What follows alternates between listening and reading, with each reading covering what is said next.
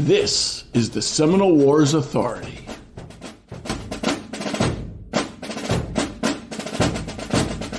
Hello and welcome. This episode marks an anniversary for the podcast. 3 full years worth of Seminole Wars Authority. We have done as we said we would do when we set out on this long march. We canvassed far and wide for authorities in possession of knowledge about the Seminole Wars. Some are historians, John Missall and Jesse Marshall and Chris Kimball. Some are professors, Dr. Jim Cusick and Dr. Joe Knetsch, among many others. Some are artists, such as Johnny Montgomery and Jackson Walker. Some are just self-described regular guys with an interest in living history presentations of this conflict, such as citizen scholar Jeff Snively and truck driver and surveyor Jerry Morris. Oh yes, we've also interviewed a long list of re-enactors. Never call it cosplay if you value your life. All have something interesting to say and meaningful to contribute to the conversation. Chris Kimball, whom along with Jesse Marshall knows everything, understands everything, and recalls everything about the Seminole Wars, tells me he always learns something new and useful from listening to a Seminole Wars podcast. That's a gold medal to my chest. Now, given that this podcast hosts subject matter experts in their given fields of interest, I now reluctantly concede I must be the subject matter expert this week. So I turn over the host chair to Steve Rink, our president of the Seminole Wars Foundation. Welcome, Patrick Swan, to the Seminole Wars Authority. Steve, thank you. I've been looking so forward to being in this hot seat and grilled with these terribly, terribly difficult questions. Yeah, I bet you were. Well, let's go ahead and start. Right now, we're marking the last episode of our 3rd year of podcasting. Did you think you would ever be still here doing this 3 years later? I did, but not everybody did. I think there was a foundation president who thought maybe we'd get 10 or 20 episodes. I don't know. I'd have to see what he has to say about that. Don't know who that would have been. No, not at all. I had a million ideas. I sat down and I wrote down 125 topics before I began and said, I think I've got enough to do a podcast. Although podcasts, you can do 1 episode. You can do 6. It's a special type thing. But we've got 155 episodes now in 3 years. And we're still going. We can do another 3 years. Well, that's pretty impressive. But tell me, how did you come about deciding to host a podcast? Yeah. We're looking at the Foundation's mission, and one of them is raising awareness of the Seminole Wars. And one of the ways that we do that is publishing. It seemed to me this is a form of publishing. It's just digital publishing online. And this would be a way to share. We have a vast network of subject matter experts on a variety of topics regarding the Seminole Wars. And the podcast let us tap into that knowledge. So that's what I was looking for with the podcast, is to get that knowledge on the record so other people can learn from what our people know. Well, might be a dumb question, because I know that you're a public historian and you're interested in various aspects of history, worldwide history, but just how did you decide to focus specifically on the Seminole Wars and why? I became interested in the Seminole Wars because we can get our arms around the Seminole Wars. Unlike the Civil War, you're going to have to grab some type of one aspect of it and make that your specialty. With us, we can do the entire Seminole Wars. And living in Florida and being around the sites where these things happen, I thought, this is untread or untrod ground. Let's do a podcast and see what we can unearth. Mm-hmm. Where did you get the name for the podcast? All right. Well, I went through a lot of names. It's a strange, convoluted process. And I checked with people. I went with the Paul Backhouse at the Tribe. I went to Patsy West. Went through a number of folks and said, well, what do you think about this as a name? The one that I was leaning towards was called Manifest Indemnity. Manifest Destiny. Americans are destined to populate the continent from one sea to the other sea. Manifest Indemnity. However, talking about how bad the Seminole Wars were to the Seminole in particular, I thought that might be good, but then it might require some explaining. And in the end, I just settled on Seminole Wars as descriptive enough to get people in. And I'll add this back. After about 2 years, we changed the name to the Seminole Wars Authority. Why is it that you changed that name? Talking to Chris Kimball, he said, Patrick, you seem presumptuous, putting yourself up as the Seminole Wars Authority. And I explained to Chris, I'm not the authority. I'm the host. The authority are my guests. And if you want to know about the Seminole Wars, come to the Seminole Wars Authority because we've got the authorities on the Seminole War. 150-something episodes with our guests, and you can learn something. So I just thought that was a better representation. For all things Seminole Wars, come to the authority, the Seminole Wars Authority. And that's why we call it that. When folks hear the Seminole Wars Authority, they can say, that's where you want to go because they probably had all the information that we need. That's the goal that I set out, is to present as much of that as possible. Well, then why did you decide to focus on Seminole efforts to evade removal as the podcast theme, rather than U.S. government efforts to remove Seminole? I mean, these are two sides of the same coin, but not really. Yes. It comes down to perspective, and the perspective of almost 200 years. It's really about the Seminoles' efforts to avoid the removal and all the things that went into trying to get them to remove. By telling that story, which is a continuing story, the Seminoles don't want to be removed. 200 years later, they're happy in Florida, those from the tribe in Florida. How hard was it to persuade the board to actually greenlight the podcast? And what stipulations, if any, did they place on you? Yeah, I said, Steve, I want to do a podcast. And he said, don't involve me! I understand, because that's more things on your plate. And so I understood if I could do it and not be creating work or trouble for the board or for the president, Steve, then let me go. And you gave me a long leash, and I've run with it. And what types of guests did you want to interview, and why? This type of thing gets into, you need to interview a lot of professors because they're in universities and they've done all this study and so forth. And that's true. However, there's much more to this topic than what you get from a professor in a university. They're not the final verdict on what the answer is. So they may be a verdict, or they may be supporting information, but there's a lot of folks out there who have information about the Seminole Wars, who can contribute to a discussion about it, who don't live in the ivory tower. And so I decided I would have some academics, and we have had Dr. Jim Cusick, Dr. Joe Knetsch, a number of academics on with us, and they provide excellent perspective on what happened. But I've also had on folks from all walks of life, and I wanted to cast a wide net. If somebody has a niche and they have something that our listeners would find interesting to add to their knowledge about the Seminole Wars, why not bring them on? You've invited guests back as well. Why is that? Well, like in the case of Chris Kimball, he had several books that he published, and each of them had a unique facet for folks to learn about the Seminole Wars. One was how it was covered in the Army-Navy Chronicle. Another is a listing of the battles of the Seminole and Creek Wars. And then Jesse Marshall, who's just a font of information. Turning a conversation with Jesse Marshall into 2 episodes from one was an easy matter. I once spoke to Jesse for 5 hours on a variety of topics, recorded it, and that conversation became Marshall Matters of the Seminole Wars. If somebody has more than one topic to talk about, I'm happy to bring them back and explore that. You know, I've noticed that your podcasts are diverse, but yet they have a certain type of continuity. Each one has a set of rules that you apply to it. What is your golden rule, I guess I could say, for each episode? And, why do you do that? My golden rule is no more than 60 minutes per podcast episode. That's taxing on people to grab more than an hour of their time. Up to an hour, that's one thing. Trying to get into a second hour with discussion, I think we'll lose them. So if it does come down to it's going to be significantly over 60 minutes, I'll look back at what the content is and see whether I can break it up to a 2-part episode. Listeners have 2 chances, under an hour for each one of them. And I recently did that with Jesse Marshall. We've been collecting things to go in our research library. One of them, we obtained a batch of old newspapers from the 1830s. And I gave them to Jesse Marshall to review and see what's in there that might be of interest to us. And he talked to us. We ran that episode of what was in newspapers covering 3 different Seminole Wars.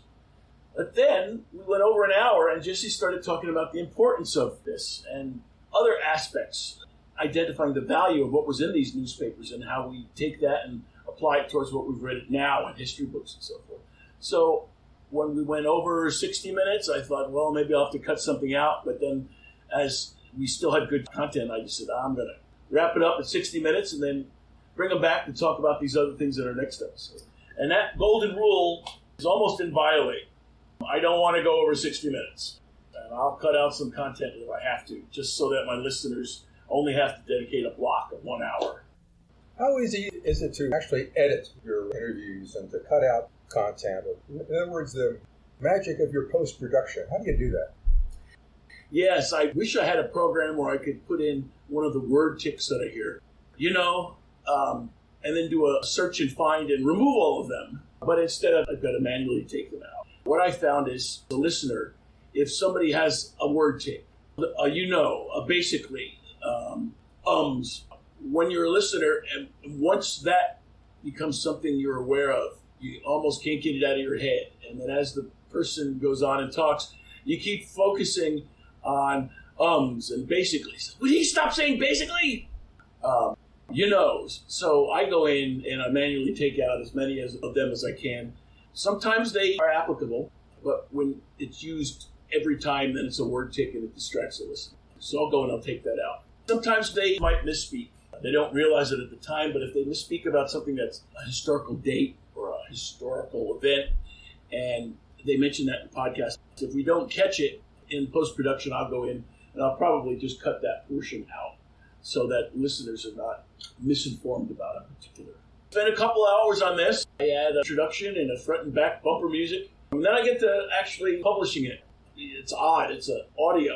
So you say, why do you need photos? Well, on our homepage for the podcast, we illustrate some of the things that the guests talk about. It takes me a couple hours to put that together with the right photos, helping to enhance what was talked about in the story. I don't gripe about this. I'm happy to do it, and it does reflect where the magic comes from. Take the raw audio from a guest and turn it into something that's compelling to listen to. I've noticed that too, Patrick. That over the years, and it's up to about 3 now, as we said, your podcast has changed. The tenor of it changes somewhat, and not the tempo, but what you're talking about, how you do it. I'll take it from the top. We started with front bumper music from Rita Youngman and back bumper music from Jed Merrim and Ricky Pittman. I use that as a musical cover to introduce the podcast to listeners and then be able to give a short description of what the podcast is about. And on the back end, the credits. Over time, I felt we'd established that and we didn't really need to spend so much time. Rather, give us some musical introduction briefly and get us in. So I changed. I also decided to minimize the length of my questions as listeners want to hear our guests and not their host blathering. I introduced the new theme during our Marshall Matters series. It's a solid military snare drum sound provided by, ironically, the U.S. Navy Band, not the U.S. Army Band. Okay, let's spill it, Big Shot. How many episodes have you absolutely botched the recording and the editing, and what happened? What did you do about it? Oh, there's been at least 5 and almost possibly as many as 10. Oh, I'm just horrified. It takes time. As I'm ramping this up, I make mistakes. I learn things. Right now we're speaking, and I have an air conditioner blasting. However, I'm going to take the air conditioner blast out, and then it'll be a quieter podcast. But back in the day, I didn't know how to do that. So I spoke to Dr. Anthony Dixon and forgot that I had the air conditioner on, and half the podcast had large noise going on it. And I had to call Dr. Dixon with my hat in my hand and say, would you talk to me again? I had the air conditioner on. Dave Eckert, I finished with him talking about the Marines in the Second Seminole War, and I went to listen to it, and it got recorded at the level of 1. Not 5, not 10, not even 11, but 1. And so it was too low to be able to get anything out of. And I had to call Dave right back and say, Dave, could we just do this again, please? I botched it, and he's a good sport. And usually what I do with our guest is I'll say, and to compensate you for the trouble of me going back to you, I'll make yours the next one that we publish. And that usually modifies things. Mea culpa happens, and it's better to get it right than to put it out there where it just sounds terrible. Yeah. Now, there's Rachel Cox, and there's Dale Cox. And I've interviewed them both several times. And at least twice for them, somehow, first time you mess it up is an accident, and then you get self-conscious about it. And you're like, oh, I can't mess this up. And then you end up making mistakes.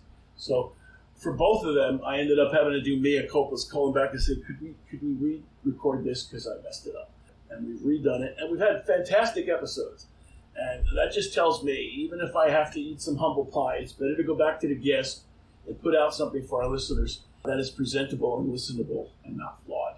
And it's kind of a feather in your cap, too, Patrick, when you have people like that you call back. Of course, they're very generous with their time for you, but it also shows a compliment to you of the fact that they believe that that podcast was a valuable thing. So why not do it again? And possibly even a second or third time until you get it right. Steve, you've got that right. Patrick, your podcasts are not simple retelling of battle narratives, although it could have been. Why didn't you limit it to such? Or as you say, why do you cast a wide net? Yeah, I cast a wide net because my audience is not all military or military veterans. Our listeners come from many walks of life. It would really be limiting to just do a dissection on each battle and each skirmish and what did he do wrong.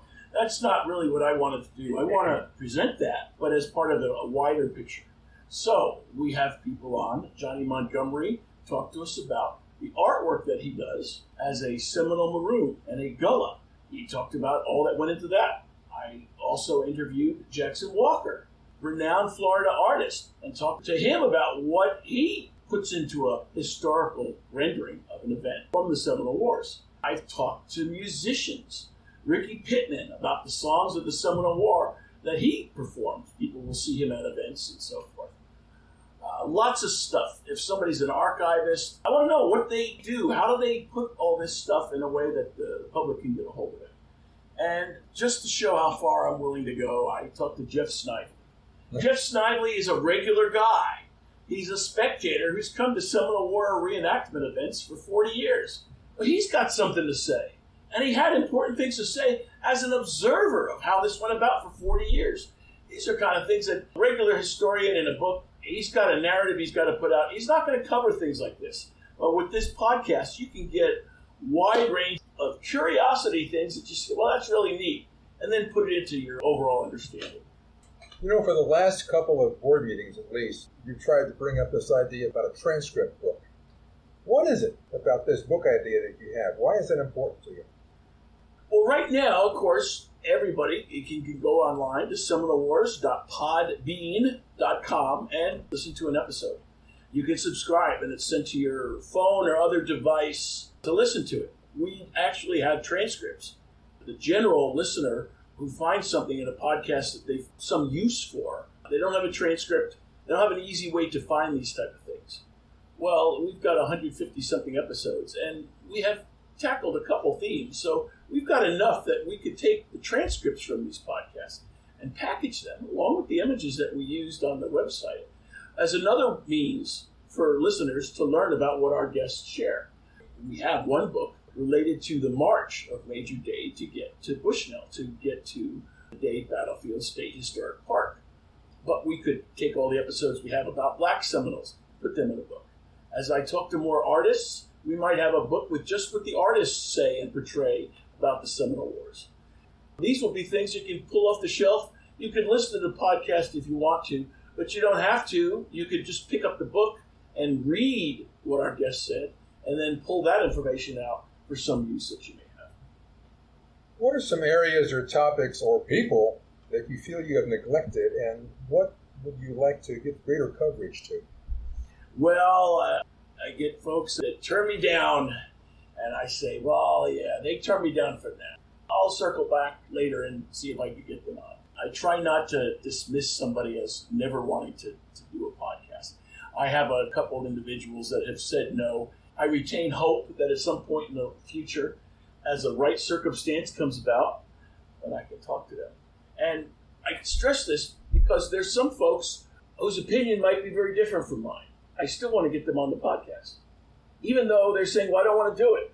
Well, okay, but I want our listeners to hear your research and your narrative and your theory. And this is a chance for you to talk about. Even if I don't agree with the narrative that you have, I want our listeners to decide for themselves.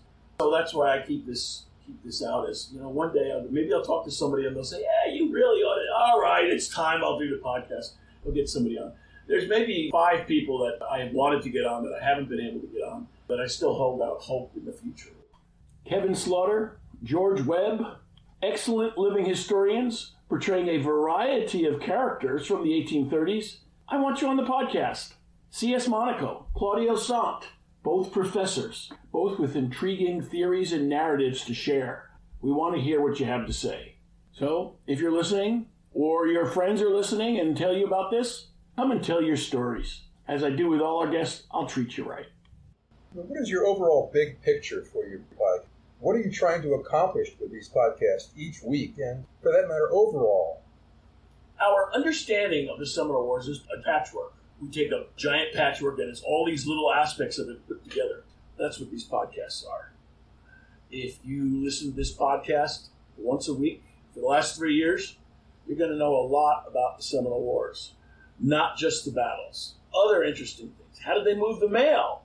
Well, I talked to somebody, Tom Lira, a couple weeks ago, and he told us about the Seminole Agency up in Ocala and how they moved the mail. Who knew? Well, I got a very fascinating episode out of Tom, and our listeners learned another aspect about the Seminole Wars. Some may know of the unfortunate mail carrier, Private Dalton, whom Seminole ambushed and killed and scattered his mail in 1835. But that's probably the extent one knows about the mail carrying during that period for U.S. government business and the U.S. Army in particular. With Tom Lira, we get the rest of the story. You take that and match it with the artists that I've talked to, as well as the battle narratives and so forth. You get a big mosaic of what the Seminole Wars were all about. And from that, that's raising the awareness so that if our listeners go away with a greater understanding, that's the overall picture of why we do the podcast. It's meant as a support mechanism to the Seminole Wars Foundation, whose overall mission is to raise awareness. So this is one facet of it. Patrick, not infrequently, I get people to bring up topics and they want to offer them for our use and maybe look further into them. And sometimes I have to ask in response, how does this fulfill our mission? Our mission is really threefold. It's to identify and to preserve sites that were significant to the Seminole Wars, do research about the wars themselves, and to publish original books and documents from that, and also to really maintain an educational process for the public at large to know more about this very significant time, not only in Florida history, but of American history. How does your podcast series fulfill that mission? The foundation had published a number of books and pamphlets over time about the Seminole Wars, and publishing is publishing. We think that means coming off a printer, but you can digitally publish these days.